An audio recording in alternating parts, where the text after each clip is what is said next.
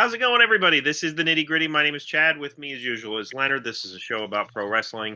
And every now and then, we do what we call stupid questions, where one person asks the other person a question, and that person has to answer off the top of their head. There's been no research or preparation done prior to this.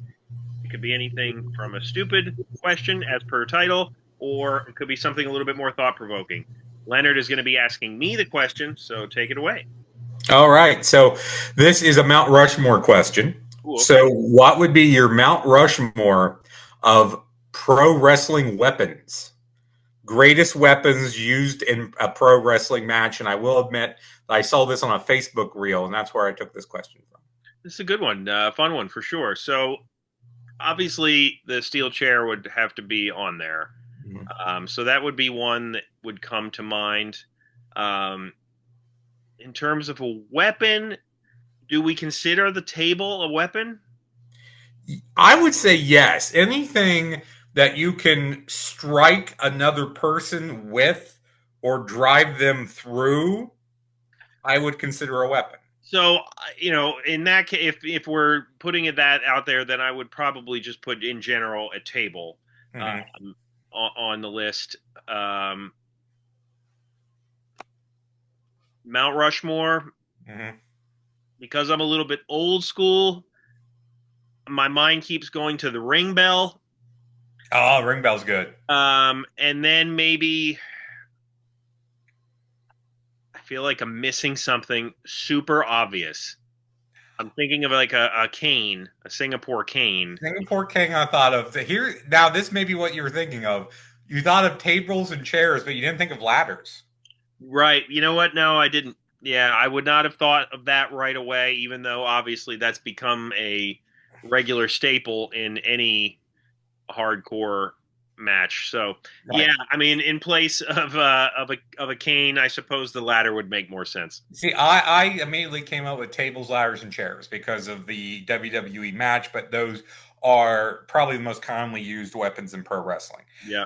Now, my fourth one, which I think is outside the box, and we'll see what you think, is the ring steps. Right. No. That's a good one. Absolutely. Yeah, because again, every promotion has them. Because they're considered part of the ring or the ringside area, you can kind of use them in front of the referee, and you're not going to get disqualified for those. You can pick them up and use them. You can slam somebody onto them. I didn't think of the ring bell. Ring bell is a good one.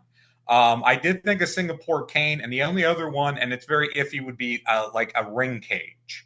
Because in a cage match, the cage can be used as a weapon. But I think that one's kind of iffy. That's almost like saying a turnbuckle or the ring post.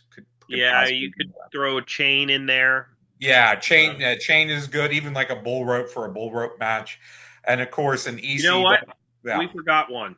Yeah. We forgot one that I think is vague, but when I tell you what it is, I would be shocked if you disagreed with me. Okay. And you could even name it what it's usually called, or what it's called historically, which is the foreign object. Right before you said it, my brain went foreign object. Like whatever it was, whether it's something wrapped in a piece of tape or brass knucks wrapped up or whatever it is. Like, I mean, that was used forever. Right. That is a good one, and I did not think of it, but I would give that to you. Also, guitar, but that is used by very few people, but very specific guys use a guitar. And then, of course, ECW brought in things like cookie sheets and stop signs. And, one of my favorites, and this would not be on the Mount Rushmore, but Mick Foley talked about this in his book. They had a fans bring the weapons match with him and Tommy Dreamer. I don't know if you know this story. He reaches back and he feels something heavy and he brings it forward and smashes Tommy Dreamer in the head with a 2-man kayak. Which is fantastic. Yes. Well, barbed wire, of course. If we're going hardcore, but I think some of the ones we mentioned early on are pretty much the main ones. Really, so that was a fun question for sure, though. Well, good. Let's do our trivia, and then we'll get out here for this quick one. All right. The Sultan later competed in the Federation under what name? That was Rikishi, I think. That was Rikishi. I'm pretty sure. Yes. Who won the 1995 King of the Ring? The 95 King of the Ring. That was too late for Bret Hart, right? Yeah, he was the first one in 93. And I'll tell you, Owen was the following year in 94. Was 95 was too early for Austin. Yeah, Austin would have been 90. What is it, 97? Or 96? Was it? It wasn't Owen, was it? No, it's the most notorious of all time. It's Mabel. Oh, yeah. See, I would not have gone to that right away. Then, yeah, it's Mabel. What was the name of Lex Luger's cross-country bus tour? Lex Express. The Lex Express. So you got 2 of those. I would have got all of those. I say this after knowing the answers. All right, here's my card. Who was the first 8-time tag team champion with multiple partners? Wow, that's a good question. So he was an 8-time tag team champion. Was it Lou Albano? I would say Lou Albano or Mr. Fuji.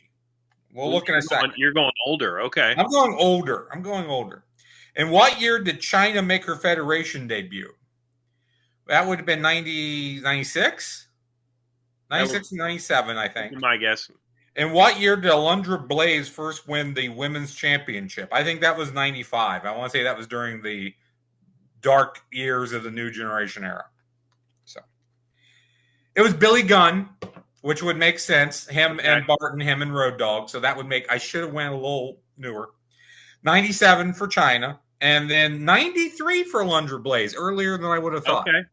My guess for the tag team one would probably have been somebody like Chris Jericho, who I know had like a gazillion different partners. But yes, that would be a good guess. That would be a good guess too. Yeah.